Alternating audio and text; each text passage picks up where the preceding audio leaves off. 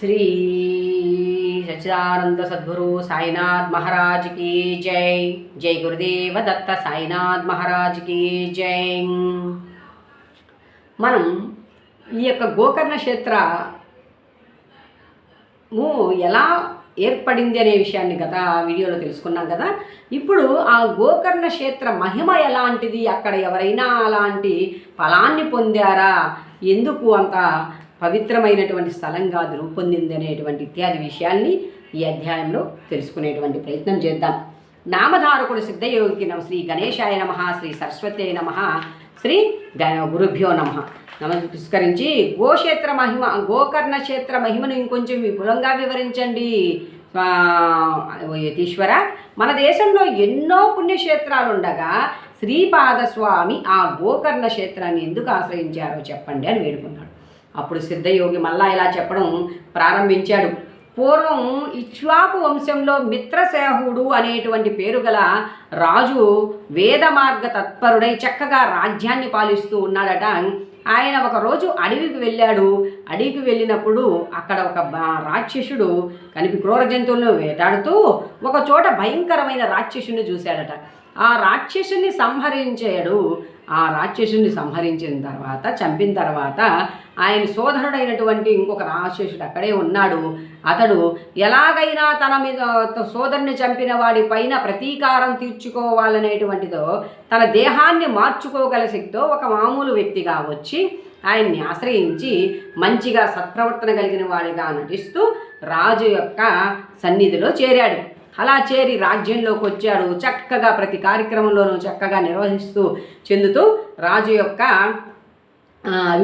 అభిమానాన్ని చూరగొంటూ చక్కటి బాధ్యతలు అప్పజెప్పేలా తయారయ్యాడనమాట. కానీ లోపల అవకాశం కోసం కనిపెట్టుకొని ఉన్నాడు ఈ నరరూపంలో ఉన్నటువంటి బ్రహ్మరాక్షసుడు. ఒకరోజు వశిష్ఠాది మహర్షులు భోక్తలుగా ఆహ్వానించాడు. ఒకనాడు ఆ కపట సేవకుడు ఏం చేశాడు, రహస్యంగా వంటల్లో నరమాంసం కలిపాడు. ఈ వశిష్ఠ మహర్షి వాళ్ళ యొక్క శిష్యగణము అందరూ వచ్చారు భోజనానికి కూర్చున్న అందరి పల్లెల్లో వస్తే దాంట్లో నరమాంసం కలిసిన సంగతిని వశిష్ఠ మహర్షి గమనించాడు, గుర్తించాడు. రాజు మీద ఆగ్రహంతో మమ్మల్ని అతిథులుగా పిలిచి ఇటువంటి ధూర్తమైనటువంటి పనికి పాల్గొంటావా అని కమండలంలోకి నీళ్లు తీసుకొని, నీవు 12 ఏళ్ల పాటు బ్రహ్మరాక్షసుడువై అడవిలో సంచరించదువుగాక అని శపిస్తాడనమాట. శపించగాని రాజు చెప్తాడు, నా ప్రమేయం ఏం లేదు, ఇది ఎలా జరిగిందో ఏంటో, అయ్యా నన్ను క్షమించండి. ఎన్ని వేడుకుంటున్నా ఆగ్రహంతో మాత్రం వశిష్ఠ మహర్షి అలా శపించేస్తాడు. సరే, ఈ లోపల రాజు కూడా ఆగ్రహావేశాలతో, నేను ఏ పాపము ఎరుగని నన్ను శపిస్తారా మీరు అని చెప్పి కమండలంలో నీరు తీసుకొని వశిష్ఠ మహర్షి మీద శపించబోయే సమయానికి అతని భార్య అర్ధాంగి అయినటువంటి దమయంతి ఆయనకి అడ్డంగా వచ్చి, అయ్యా అలా చెయ్యొద్దు అని చెప్పి ఆపి వశిష్ఠ మహర్షిని వేడుకుంటుంది. అయ్యా తెలియకో ఇది తప్పు జరిగిపోయింది, దాంట్లో ఆయనకి ఆ శాప విముక్తి ఎలా కలుగుతుందో చెప్పండి అంటాడు. సరే, ఆ సమయం ఎలాగో వస్తుంది, 12 సంవత్సరాలు అయిపోయిన తర్వాత శాప విముక్తులు అవుతాడు అంటారు. సరే, ఈ కమండలంలో తీసుకున్న నీరేం చేయాలి, ఇంకా ఇన్ని చెప్పించొద్దని భార్య వేడుకుంటే తన పాదాల మీదనే పోసుకుంటాడు. కాబట్టి ఈయన బ్రహ్మరాక్షసుడుగాను మరియు ఈ కల్మ యొక్క శపించ దానికి తీసుకున్నటువంటి జలాన్ని పాదాల మీద పోసుకున్నాడు. కాబట్టి కల్మషపాదుడు అనేటువంటి పేరుతో అడవిలో సంచరిస్తూ ఉంటాడు. ఆ రాక్షసత్వం వలన అంతా కనిపించిన వారిని తింటూ భయంకరంగా జీవిస్తూ ఉంటాడు. 12 సంవత్సరాలు పూర్తిగా వస్తుండే సమయంలో ఇద్దరు బ్రాహ్మణులు ఉంటారన్నమాట. మనుషులను పట్టుకొని తింటూ ఉండేవాడు. బ్రాహ్మణుని భార్య ఒక బ్రాహ్మణ శ్రేష్ఠుని చంపి తిన్నాడు బ్రహ్మరాక్షసత్వంతో. ఆ బ్రాహ్మణ శ్రేష్ఠుని భార్య విరహంతో, మేమిద్దరం ఇలా ఉండగా మమ్మల్ని భక్షిస్తావు, మా ఆయన్ని చంపావు, కాబట్టి ఇదిగో నీవు శాప విమోచనమైన తర్వాత నీ భార్య దగ్గరికి వెళ్ళి ప్రియంగా సంగమించాలనుకున్నావనుకో నేను మన్నిస్తారు అని చెప్పి చెప్తాడనమాట. అని సంగమం చేస్తే నువ్వు నశిస్తావు అని చెప్పింది. సరే, కొంతకాలానికి ఆయనకి ఆ బ్రహ్మరాక్షస ఇది పోతుంది. మామూలుగా అయి రాజ్యానికి వెళ్తాడు. రాజు 12 సంవత్సరాల తర్వాత తన భర్త వస్తున్నాడనేటువంటి ఆనంద హర్షాతిరేకాలతో దమయంతి ఎదురు చూస్తూ ఉంటుంది. ఇద్దరు చక్కగా కూర్చుని ప్రియంగా మాట్లాడుకుంటున్నటువంటి సమయంలో తనకు ప్రాప్తించిన మరో కొత్త శాపాన్ని గురించి తన యొక్క ధర్మపత్ని అయినటువంటి ఆ దమయంతికి చెప్తాడు. ఇద్దరు చాలా బాధపడిపోతారు, ఎక్కడెక్కడో తిరుగుతారు దాని నుంచి బయటపడాలని. అయ్యో ఇదేంటి మరలా కొత్తగా అని చెప్పి చాలా దుఃఖితులై ఎన్ని క్షేత్రాలు తిరిగినా వారికి ఇది కానప్పుడు నీరంతా అప్పుడు విముక్తికై మార్గమధ్యంలో వారిని గౌతమ మహర్షి కలుసుకుంటాడు అనమాట. గౌతమ మహర్షి ఇక్కడ వీళ్ళన్నీ అనేక తీర్థయాత్రలు చేస్తూ ఒక చోట విషాదంగా కూర్చుంటారు. మిత్రసహుడిని చూసి, ఏంటి రాజా, ఏంటి ఇలా విచారంగా కూర్చున్నావు, ఏమింటి సంగతి అని అడిగితే అప్పుడు చెప్తారు తమకి ఇలా జరిగింది అని. అయ్యో మీరెందుకు చింతిస్తారు, ఇదిగో దగ్గరలో చక్కగా గోకర్ణ క్షేత్రం ఉండగా బ్రహ్మహత్యా పాతకం మాత్రం మిమ్మల్ని ఏం చేస్తుంది అంటే, బ్రాహ్మణుని చంపినటువంటి పాపం మరలా శాపము ఇట్లా అయి కదా, అది ఏం మిమ్మల్ని చేస్తుంది, అక్కడికి వెళ్ళి స్నానం చేయండి, అక్కడ ఉండేటువంటి ప్రతి శిల కూడా శివస్వరూపమే అని చెప్పి గౌతమ మహర్షి చెప్తాడు. ఇంకా కూడా మీకు నమ్మకం కలగాలంటే ఆ క్షేత్రంలో జరిగినటువంటి ఒక సంఘటన, ఒక కథను మీకు నేను తెలియజేస్తాను అని చెప్పి ఒక చండాల స్త్రీ యొక్క స్త్రీని కైలాసానికి తీసుకుపోవడానికి శివకింకరులు ఎలా వచ్చారు అనేటువంటి విషయాన్ని గౌతమ మహర్షి తెలియజేస్తాడనమాట. ఆమె పూర్వజన్మలో ఒకటి చెప్తాడు. ఏంటి ఆ చండాల స్త్రీ పూర్వజన్మ ఏంటి ఇత్యాది విషయాన్ని గౌతమ మహర్షి మిత్రసహుడికి ఆ దమయంతులకి తెలియజేస్తాడనమాట. ఏమని, సౌదామిని అనేటువంటి ఒక అందమైన బ్రాహ్మణ కన్య ఉంది. ఆమెకు యుక్త వయసు దాటిన తర్వాత ఆలస్యంగా ఒక పేద బ్రాహ్మణునితో ఇష్టం లేని వివాహం బలవంతంగా చేశారు.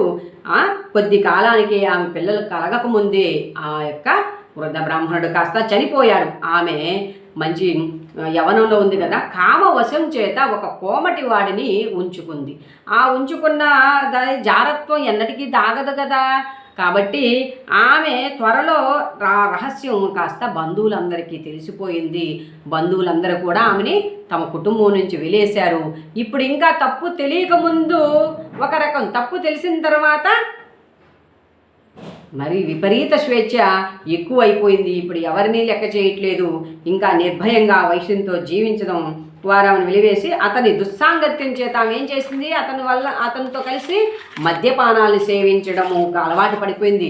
ఒకరోజు కళ్ళు తాగిన మైకంలో ఆవును ఒకదాన్ని నరికి దూడను ఒక మేక అనుకొని ఆవు దూడను చంపేసింది. చంపి దాని తలని మరుసటి రోజుకి దాచిపెట్టుకొని అలా ఆయన వచ్చేటప్పటికి మిగిలిన దేహాన్ని వండుకొని భుజించింది. మరోరోజు ఆ విటుడు రాగానే ఆమె వంట చేయబోయి ఆవు దూడ శిరస్సును చూసి ఏమీ ఎరగనట్టు నిజాన్ని, అయ్యయ్యో ఆవు దూడను కాస్త పులి తినిపోయిందే అని చెప్పి వలవలా ఏడ్చింది. ఆమె ఇటువంటి పాపాలను అనేకం చేసింది. నరకంలో శిక్షలను అనుభవించి కర్మశేషం వలన ఈ జన్మను పొందింది. ఆ బ్రాహ్మణ కన్యగా ఉన్నటువంటి ఆమె చేయకూడని పనుల చేత మరల చండాల స్త్రీగా జన్మించింది. అప్పుడు ఆమె పుట్టడంతోనే ఈసారి ఈ జన్మలో ఏమైంది, పుట్టుగుడ్డి అయ్యింది. కుష్టి రోగి అయి కొంతకాలం పాటు తన తల్లిదండ్రుల చేత పోషింపబడింది. తర్వాత వారు మరణించాక దిక్కులేక ఆకలితో అలమటిస్తూ ఒక శివరాత్రి నాడు గోక అందరినీ భిక్ష కోసం యాచిస్తూ ఉందట. ఆ రోజు అందరూ ఉపవాసం ఉండడం చేత ఆమె ఎవరు కూడా ఆమెకి భిక్షని ఇవ్వలేదు సరికదా, కొంతమంది బిల్వ దళాలు కొంచెం ఆమె చేతిలో పెట్టారట. సరే, ఈమె నీరసము నిస్సత్తువుగా ఉంది. అలా వస్తూ ఎక్కడ ఆహారం దొరక్క ఒక చోట ఆమె చేతిలో ఉన్నటువంటి బిల్వ పత్రాలను కాస్త కిందకు వదిలింది. ఆమె యొక్క అదృష్టం కొద్దీ అక్కడ శివలింగం ఉంది. ఆ శివలింగం మీద ఆ బిల్వ పత్రాలు పడ్డాయి. రాత్రికి ఆహారం సరిగ్గా లేనందువలన నిద్ర సరిగ్గా పట్టలేదు. కాబట్టి శివరాత్రి ఉపవాసము మరియు జాగరణ 2 ఫలాలు ఆమెకు దక్కాయి. ఆమె చేసిన శివ పూజ ఆ రోజు తిండిలవి తీసుకురమ్మని చేసినట్లయింది. ఆ రోజంతా ఆమె శివనామ సంకీర్తన వింది చేస్తూ ఉన్నారు కదా, అంతా మారుమోగిపోతుంది కదా, కాబట్టి ఆ శివనామ సంకీర్తన వింది. 3 పుణ్యాలు ప్రాప్తించాయి. తెలియక చేసిన ఆ వ్రతం వల్ల ఈమె పుణ్యాత్మురాలైంది. ఇప్పుడు ఈమెను కైలాసామి అలా శరీరం వదిలేసింది. ఇప్పుడు ఈమె పుణ్యాత్మురాలేదు కాబట్టి ఆమె శరీరం వదలగానే కైలాసానికి తీసుకురమ్మని చెప్పి శివుడు ఆదేశించాడట. ఆ మృతదేహంపై విభూది చల్లి ఆమెను కైలాసానికి అబుద్ధిపూర్వకంగా చూడండి, అంటే ఆమె మనసు పెట్టి చెయ్యాలనేటువంటి దాంతో చేయలే. మనకు అజామిలుడు అనేటువంటి కార్తీక పురాణంలో వస్తుంది, ఈ వృత్తాంతం కూడా వస్తుంది కార్తీక పురాణంలో. కాకపోతే ఆయన భయంతో నారాయణ నామస్మరణం చేసినందువల్ల ఆయనకి చక్కటి నారాయణ లోకం వైకుంఠ ప్రాప్తి కలుగుతుందన్నమాట. అలాగే ఈమె ఆ బుద్ధితో చేసినటువంటి ఆ వ్రతము శివ యొక్క వ్రతానికి ఇంతటి ఫలితం ఉంటే ఇక మీరు బుద్ధిపూర్వకంగా అంటే మనసు పెట్టి శ్రద్ధతో చేసేవారికి ఎంతటి ఫలితం ఉంటుందో కదా, అసలు దాన్ని ఇంక మాటల్లో చెప్పగలమా? కనుక ఓ రాజా, నీవు గోకర్ణ క్షేత్రానికి వెళ్ళి మహాబలేశ్వరిని సేవించు, బ్రాహ్మణుని శాపం నుండి విముక్తుడు అవుతావు అని గౌతమ మహర్షి ఆ క్షేత్ర మహత్యాన్ని చక్కగా మిత్రసహుడికి ఆయన ధర్మపత్నికి తెలియజేశారు. ఇంకా చెప్పిందే తడువు కదా, గోకర్ణ క్షేత్రం అంతటి పవిత్రమైన క్షేత్రం ఇంకొకటి లేదు. మిగిలిన క్షేత్రాలన్నీ చంద్రుడు నక్షత్రాల వంటివి అనుకుంటే గోకర్ణ క్షేత్రము పాపమనే కారు చీకట్లను నశింపజేసే సూర్యుని వంటిది. ఆ క్షేత్ర దర్శనము ఆ స్మరణం వలన కూడా సర్వపాపాలు నశిస్తాయి.